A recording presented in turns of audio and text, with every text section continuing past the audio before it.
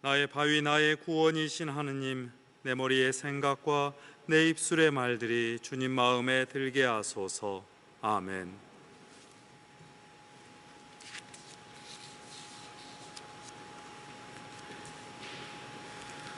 몇 주 전부터 사제관 제 방에 새끼 고양이가 한 마리 살고 있습니다. 신자 회장님의 허락은 받지 않았습니다. 굳이 우리 안젤라 수녀님을 탓해야겠습니다. 사연이 있습니다. 지난 한 해 우리 성당과 수녀원을 조용히 들락거리던 순한 고양이가 올해 들어서 새끼를 낳았습니다. 그 뒤로 사제관과 수녀원에서 새끼들을 이리저리 데리고 다니면서 키우고 있었죠. 그러다가 2주도 안 된 새끼 고양이가 엄마에게서 떨어지는 바람에 제가 분유를 먹이면서 잠시 키우다가 어미를 찾아서 돌려준 적이 있었습니다. 그러고는 모두 사라졌다가 몇 달 만에 다시 나타났습니다. 길에 사는 고양이 수명이 기껏해야 3년을 넘지 못합니다. 게다가 새끼들은 병에 아주 취약하지요.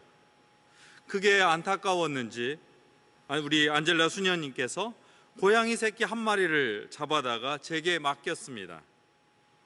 2주 된 새끼에게 분유를 먹이던 예전 제 모습을 보시고 저를 믿으셨던 것 같습니다.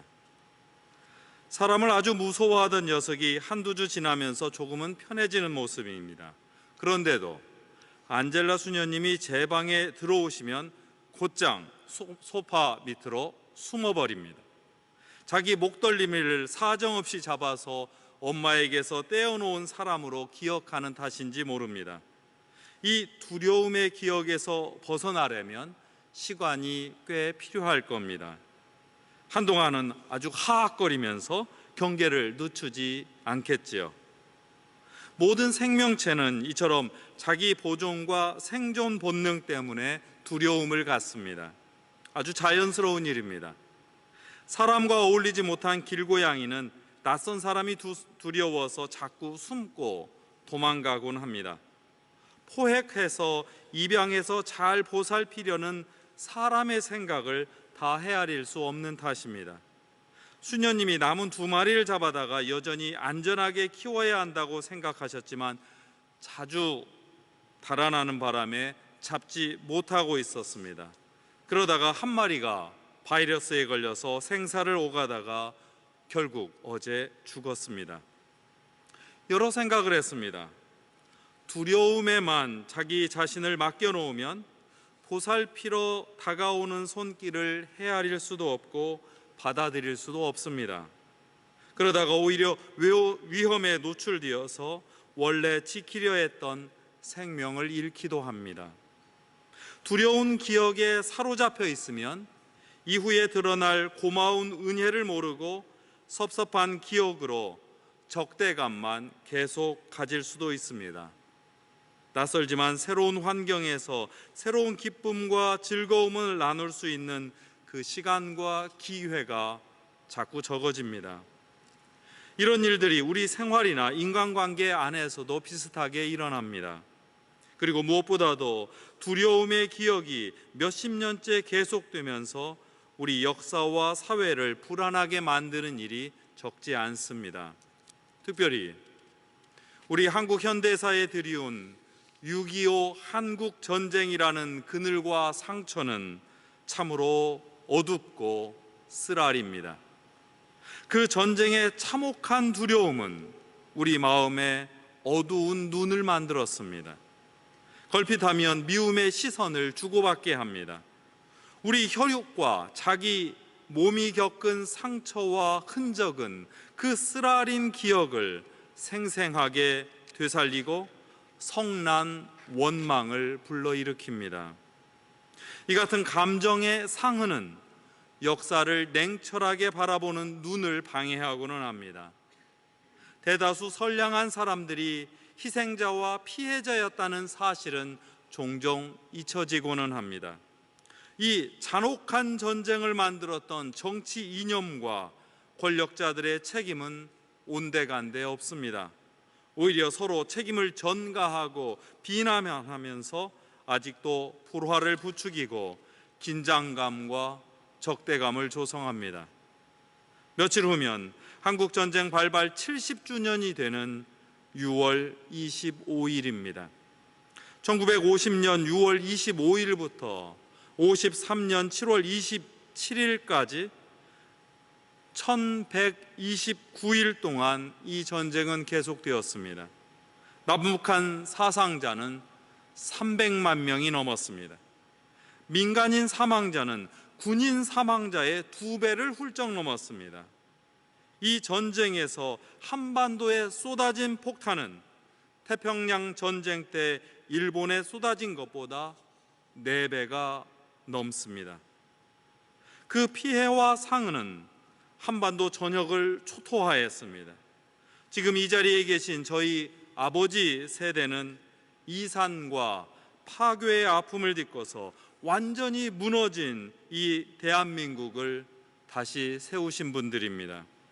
지독한 가난과 배고픔을 딛고 쓰라린 눈물과 땀으로 지금의 사회를 새롭게 건설하셨습니다. 참으로 감사합니다. 여기에 함께하는 후세대와 자손들은 그분들의 피땀을 잊지 않습니다. 다만 그 역사가 생각하기에 너무도 무겁고 그 빚진 마음이 너무도 커서 감사의 표현을 자주 찾지 못하는 일이 많습니다.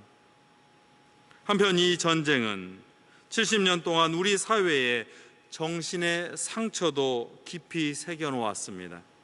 불신과 증오, 불안과 적대감으로 변질된 상처는 세상이 7번 바뀌는 동안에도 잘 아물지 않았습니다.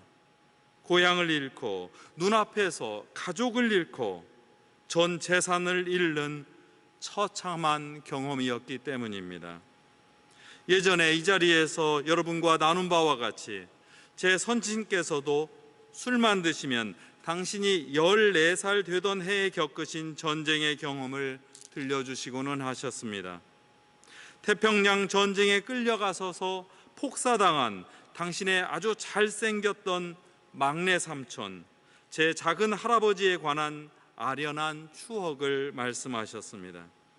한국 전쟁 중에 끌려가서 바로 그 뒷모습만 남기고 생사를 알 수 없는 당신의 큰아버지, 제 큰할아버지에 관한 아픈 기억을 읊조리고는 하셨습니다. 그 일로 제 할아버지께서는 형님의 가족을 다 건사하시느라 아주 크게 고생을 하셨습니다. 젊은이들은 이 역사의 아픔을 모르지 않습니다. 할아버지와 아버지 세대가 겪었던 아픔을 무시하지도 방관하지도 않습니다. 그러나 70년 떨어진 과거는 지금 이 시대를 살아가고 있는 젊은이들의 현실과는 너무 다릅니다. 오히려 젊은이들은 그 앞세대가 그랬던 것처럼 지금의 현실을 전쟁처럼 살아가고 있다고도 말합니다. 이렇게 말하면 다시 어른 세대는 어떻게 그 당시 전쟁과 비교할 수 있느냐며 한탄하실 수도 있습니다. 여기에서 이해의 차이가 생겨납니다. 요즘 갈등이 고조되는 남북한 관계도 마찬가지입니다. 서로 자신의 고통과 아픔이 크다고 주장할 때 갈등이 생겨납니다. 이 이해의 갈등은 종종 세대 간의 갈등으로 이어지고 이는 세대 간의 단절을 낳고 세대와 사회의 분열을 낳기도 합니다. 우리 사회의 혼란은 여기서 더욱 커집니다. 어디든 전쟁을 운운하면서 우리 안에 숨은 두려움을 자극합니다. 두려움 안에 든 분노를 헤집어 놓습니다. 권력자들은 이 갈등과 공포를 이용하여서 험한 말로 사람들을 선동하기도 합니다.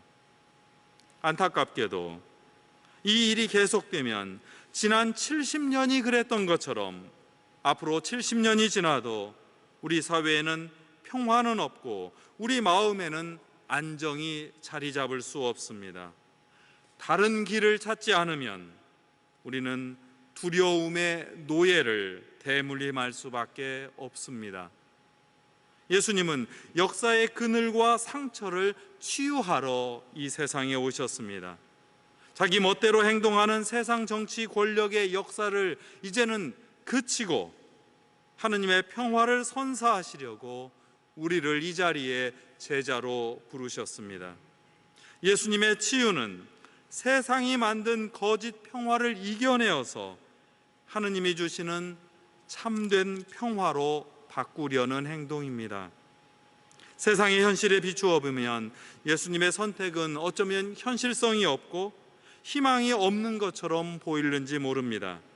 그러나 예수님은 우리의 스승과 주인으로서 희미한 희망의 길을 몸소 걸으면서 우리에게 함께 동행하자고 우리 손을 내미십니다.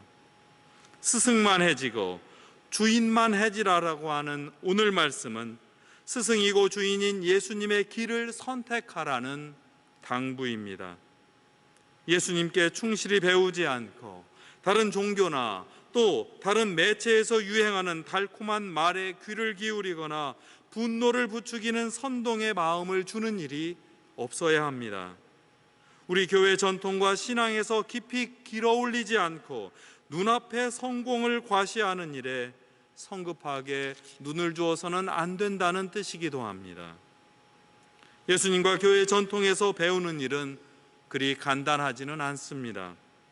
보기에 탐스럽고 그렇게 강렬한 유혹은 짧고 허망하기만 합니다. 그러나 진실은 오래 묵고 바랜 것처럼 보입니다. 그러나 신앙은 고되고 오랜 인내의 훈련으로만 빛을 내고 열매를 맺습니다.